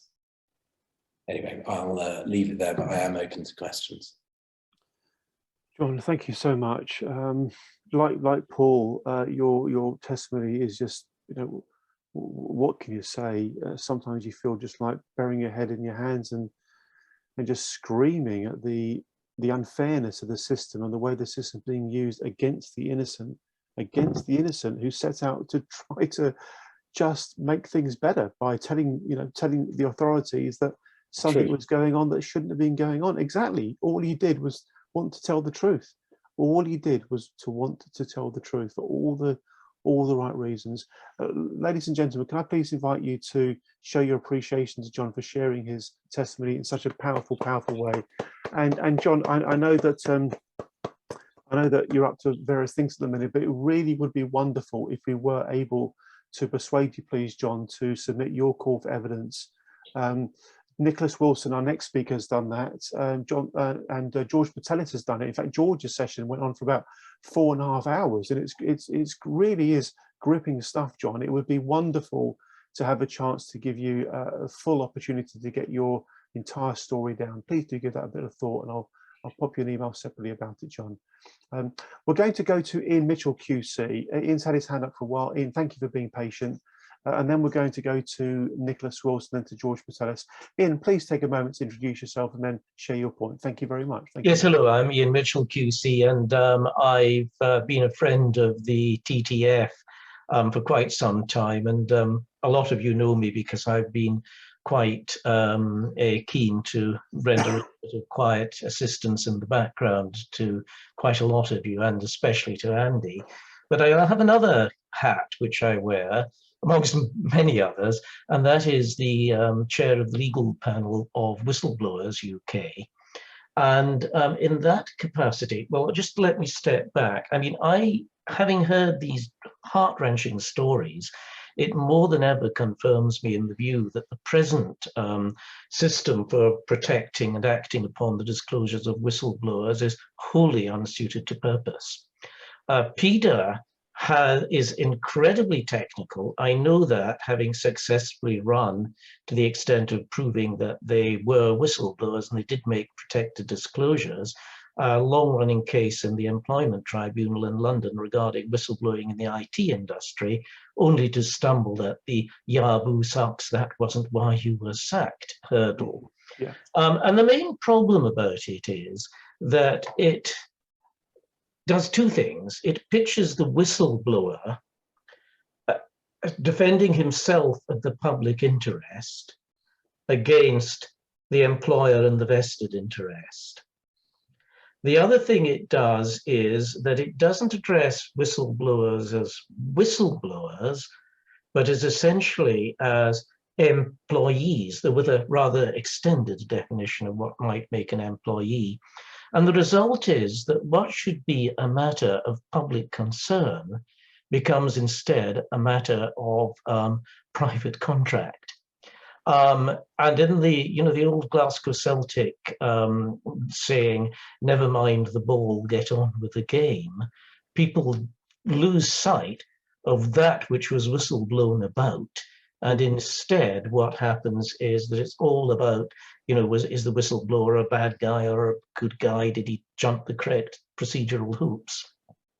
So that's the first issue, that the public becomes the private and the thing whistleblown about is lost sight of. The second thing is essentially regulatory capture by bodies like the FCA. And what we need is something that actually breaks that mold. I've just put the finishing touches to drafting, along with quite a large team of lawyers, a new bill for setting up an office of the whistleblower. And the office of the whistleblower will essentially take whistleblowing out of the employment tribunal context and put it into the office of the whistleblower. The office of the whistleblower will be a regulator who will actually look for the interests of whistleblowers, and more to the point will ensure that whatever is the whistle is blown about is addressed, and the definition of whistleblower is greatly widened. Obviously, it's still a bit of a work in progress. So all I can say is that I'm grateful, I'm pleased at the progress that's being made, and suggest everybody watches this space, because when you see it, I mean, it'll be a complete rebasing of the whole broken system and its replacement by something which I hope is much more fit to purpose. Thank you very much, Ian. That gives us a degree of hope. It really does. It really, really does. Thank you very, very much. We're going to move from John Banerjee to Nicholas Wilson. I stress Nicholas Wilson has very kindly opened up and explained about his case. It's on the video testimony. I provided a link in the chat. It's wonderful that Nicholas is kindly setting aside some time to be with us today. Nicholas, over to you, sir, please, to introduce yourself and explain what happened with you. I know we're up against time, but please be as succinct as you can. But over to you, Nicholas. Thank you. I'll be quick. Thanks, Andy. Well, I was naive to blow the whistle. In 2006, I blew the whistle. So that's 16 years ago. And it's still going on. My mental health is still suffering. I'm struggling to keep my house above. If you can probably see the corner of my room there. The house is falling down, but I'm determined not to lose it. But the fact is, I mean, my public position on whistleblowing in the financial services is don't do it. Simple as that. Don't do it, because they will beat you. And I found, I mean, John talked about suicide. Apart from my thought about it many times, the only person that has committed suicide in my story is the CEO of the bank involved, because he thought he was going to prison. Now, the whole time they were protected, I'm talking about HSBC, they were protected by the FCA. As soon as I got the FCA involved, I was fighting the FCA.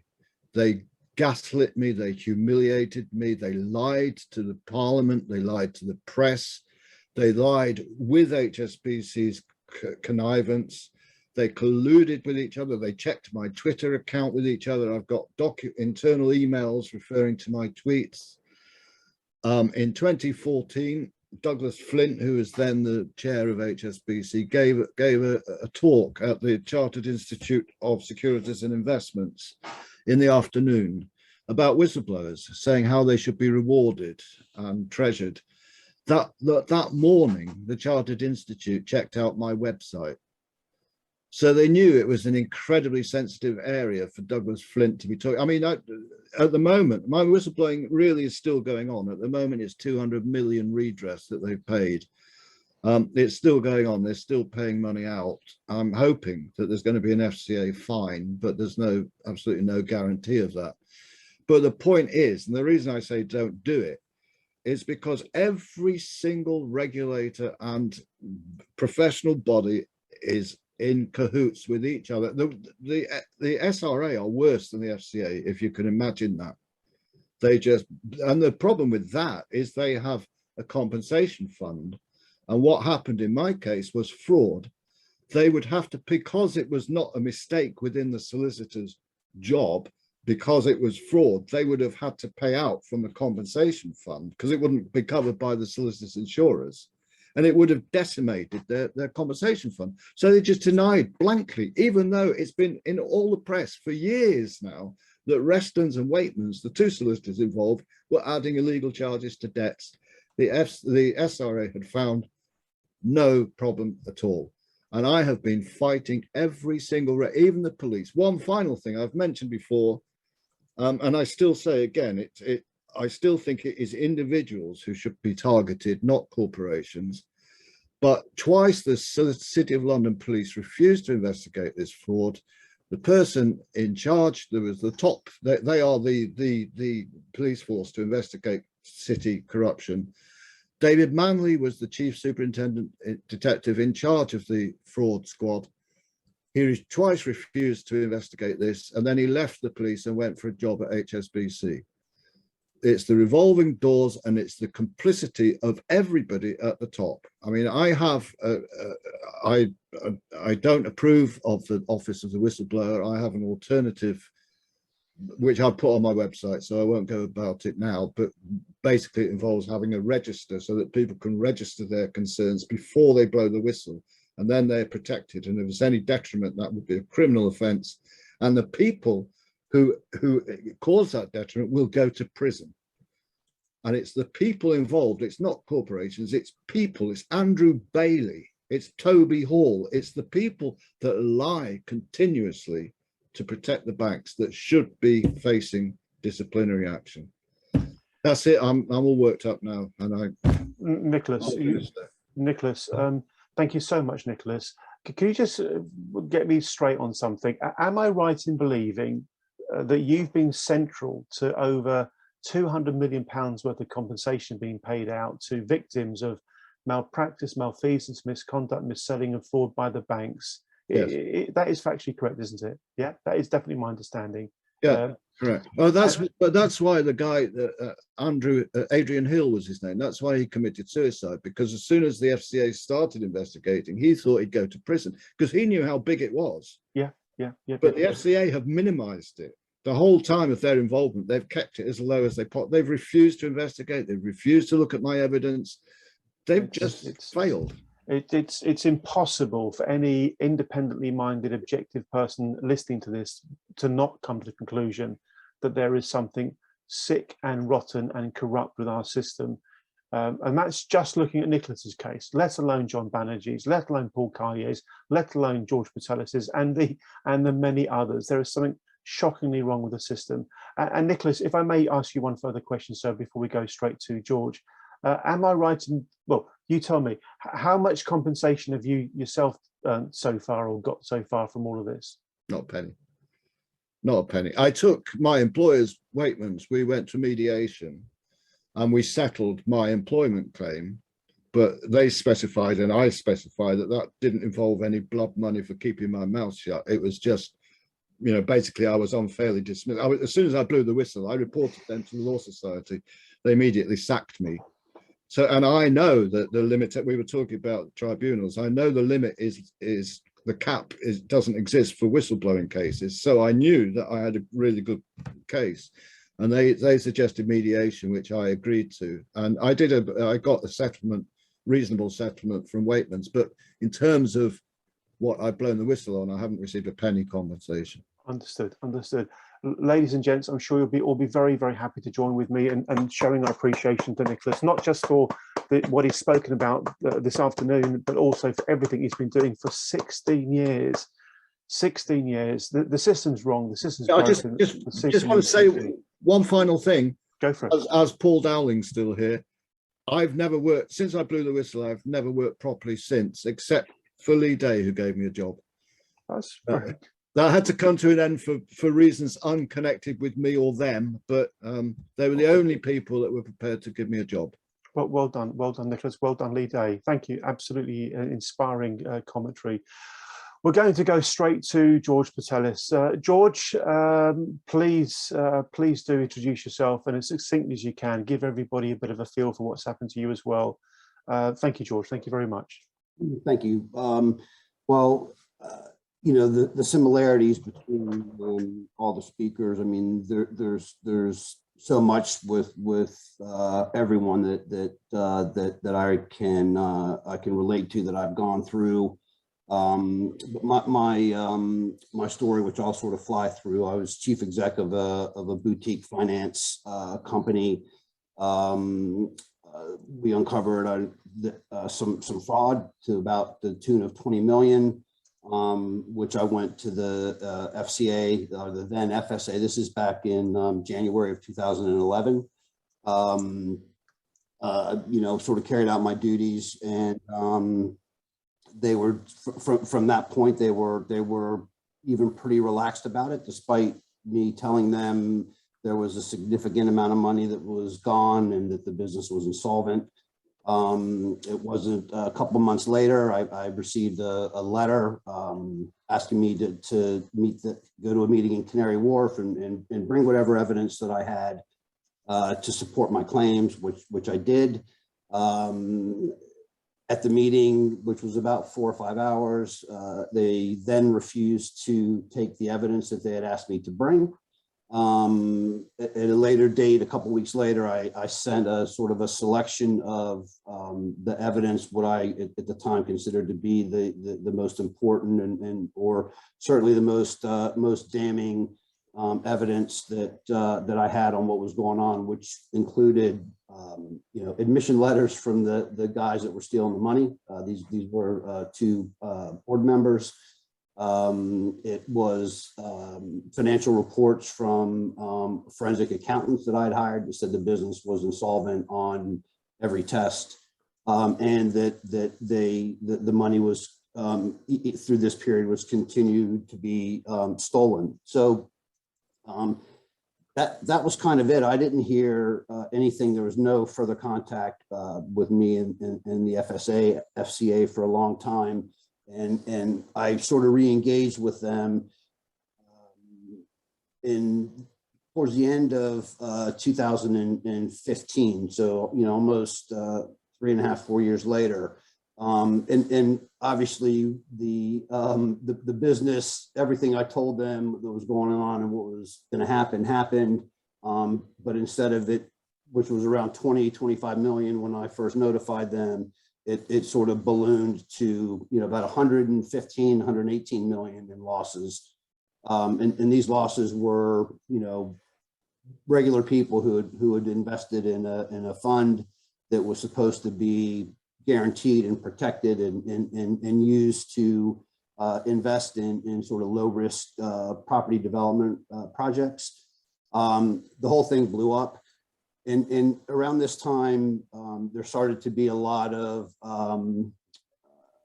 press about what happened, and the FCA at that point really kind of took advantage, I think, of the situation, and they issued a series of question and answers, and one of them. One of the questions was, did you meet with George Patelis and did you take his evidence and so on and so forth? And basically what they said was that the evidence that I gave them didn't show that there was any fraud, which was just ludicrous. I mean, it was an admission letter from guys that were stealing the money saying that we're doing it.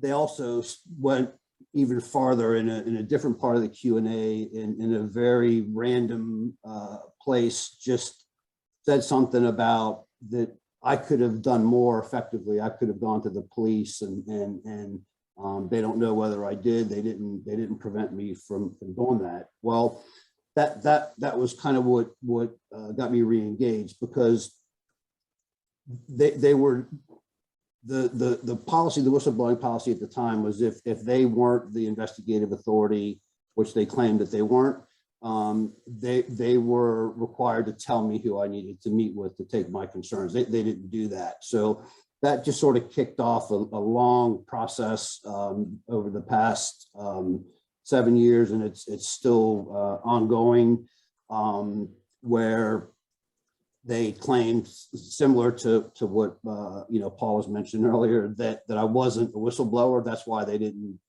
tell me that I should go see someone else. I think they referred to me as a senior executive who was providing information. And that's despite referring to me in the press, at Parliament, in correspondence as a whistleblower, that they just refused to follow. They didn't follow their own guidelines, and I think one of the big issues with them is that they're just so unwilling to admit a mistake and kind of stop it before it gets out of control. They responded back to me with just an insane investigation that made no sense. I escalated the complaint to the complaints commissioner. The complaints commissioner upheld all of my issues, which I think were 7 or 8, and they were sorry, I'm getting a call. They were also, the complaints commissioner also recommended that it should be a public apology, which, you know, at the time, that was probably the most important thing to me. Just say that you were wrong and I was right. That probably would have been enough for me. And they refused to do that. They refused to issue the public apology. They issued what they claimed was an apology that didn't mention my name and didn't mention the case. It just mentioned the reference number. So as part of that process, there was an agreement that the FCA would instruct an independent review as to what happened. That came out of one of my suggestions with the complaints commissioner, which, you know, in hindsight, that probably shouldn't have gone that way, but that process took a long time to kick off because of other investigations with liquidators. But it finally kicked off, and the report was produced at the end of December of 2020, and a lot of the stuff was information that I knew. The report itself was really a whitewash. It didn't really you know, deal with any of the key issues, and it covered areas that were just not important to what happened. It spent a lot of focus on, it focused a lot on things that just were irrelevant, because the simple fact was that people were stealing money. It didn't matter the structure of the bond, the fund. It didn't matter anything other than these guys were stealing money. But I was also able to get access through a Good Samaritan to the company's email server, which you can imagine was sort of a treasure trove of information that some stuff I knew, some stuff that I didn't know. But you know, for example, every month from the time I blew the whistle until the time they ultimately blew up, there wasn't a single month where the company didn't steal more money. And this was, and they were never at any point were they ever solvent. They were insolvent on every test, the business and its subsidiaries. And the very worrying part of this is that the FCA knew this. They were getting monthly reports from the accountants that were hired to go in there. And I've got copies of the emails, and like Paul mentioned earlier, I should have said this early on also. If I say something, I've got evidence to back it up. Everything I say, I have evidence to back it up. So they knew this. They were complicit in the losses. They were telling the crooks what to do with money, where it should have gone to investors in the fund. They were telling them to use it to pay off other banks. They were allowing connected transactions. They were allowing regulated loans to be regulated, mortgage contracts to be written from unregulated entities, which is just, that on its own is, if somebody did that, they would be shut down. I've got that the FCA was doing this. So I think that what I've really found is, I think that they will stop at nothing, and they'll do whatever they can to try and you know, point the finger of blame at someone else, and they don't really give a shit what it does to you.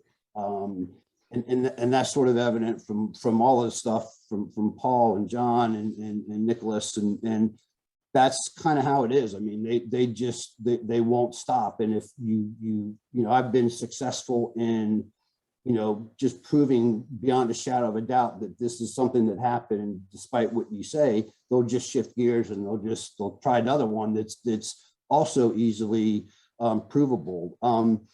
But there were one thing in particular that came out of this review was that, and it was about 100 and I don't know, 60 some pages, and 100 and I don't know, 155 of them was just a bunch of crap. there was a few useful things in there. One of them was that the investigator determined that despite everything the FCA said, they never even looked at my evidence. So I gave them this evidence. They never looked at it. It was never reviewed, despite what they said in the press, in Parliament. And that on the surface, that might not sound like it's that significant, but it's very significant, because that's what I would always tell people when I couldn't get a job, when my wife threw me out, when I was plowing through my money and on and on and on.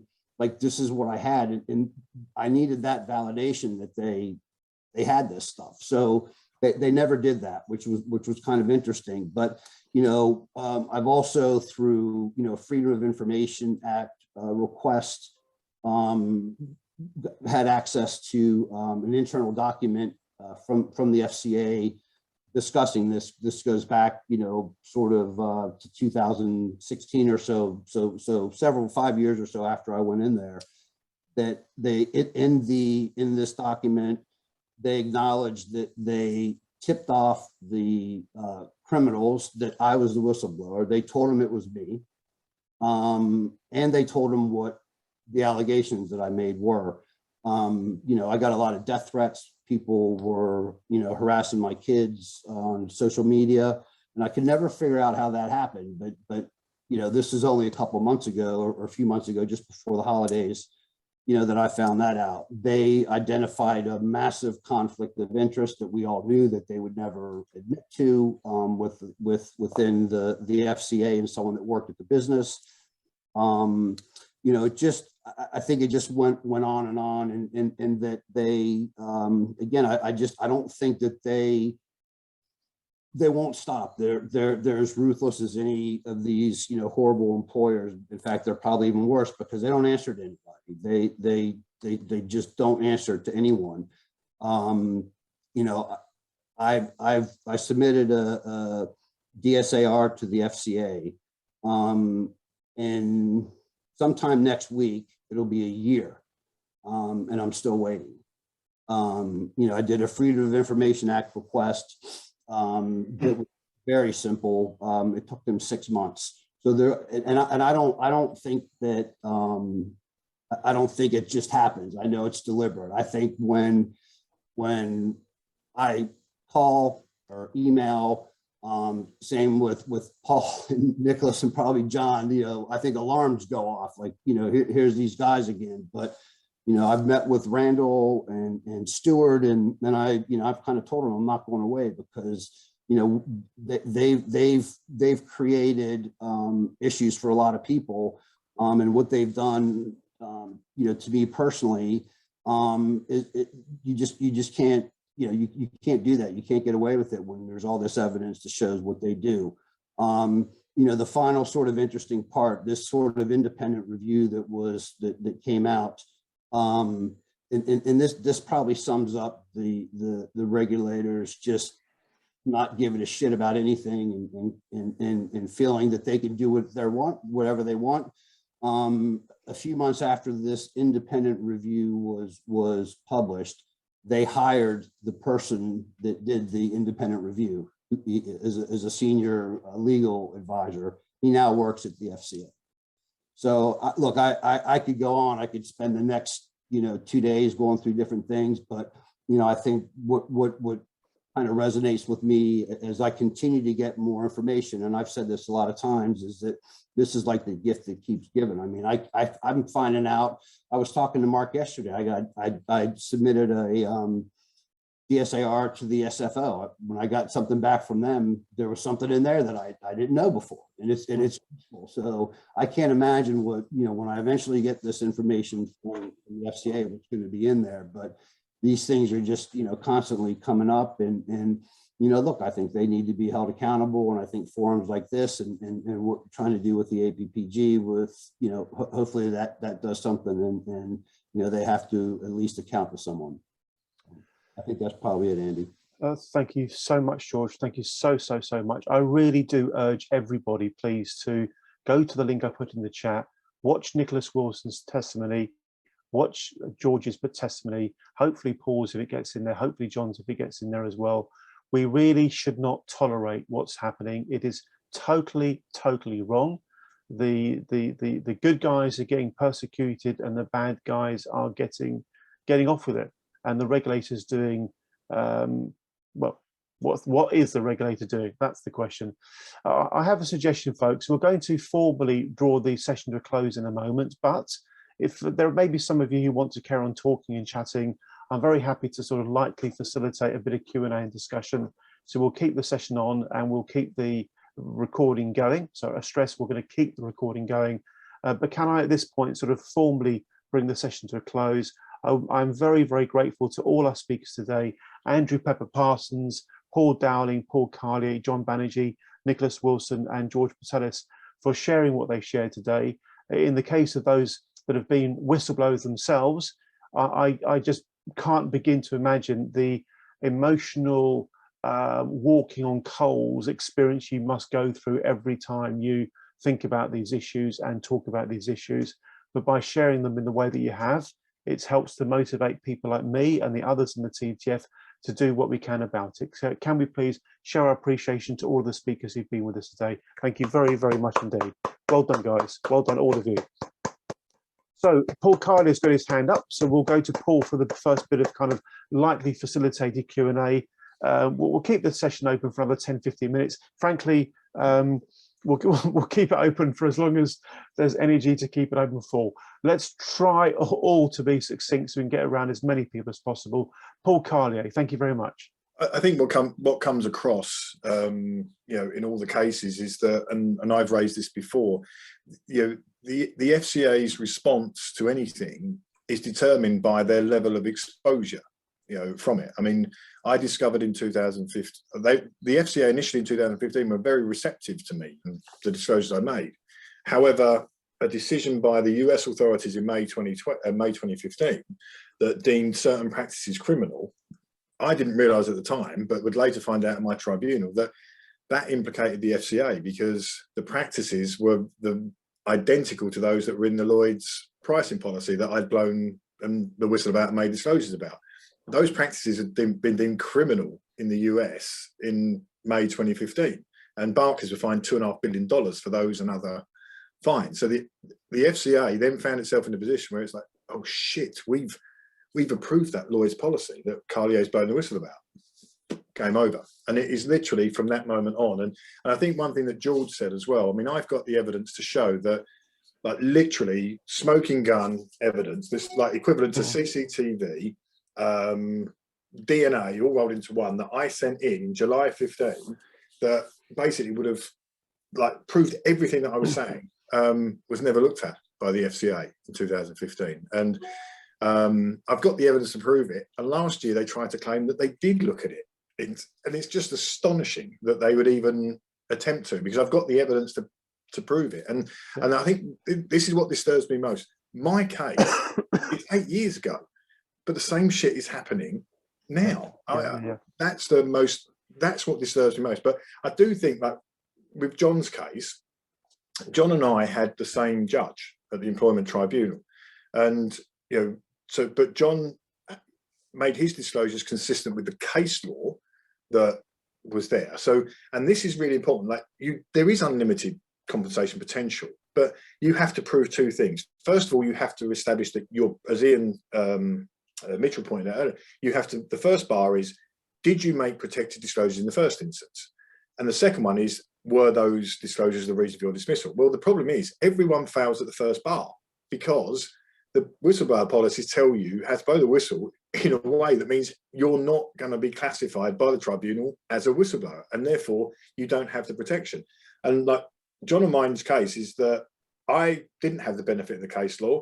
John made sure his disclosures were consistent with the case law. John won, and then same judge. And you know, so it shows the benefit of having that the case law. And it's such a simple thing. All right, it doesn't guarantee you're going to win unlimited compensation, but it gets you over that first and most important hurdle, that you are protected.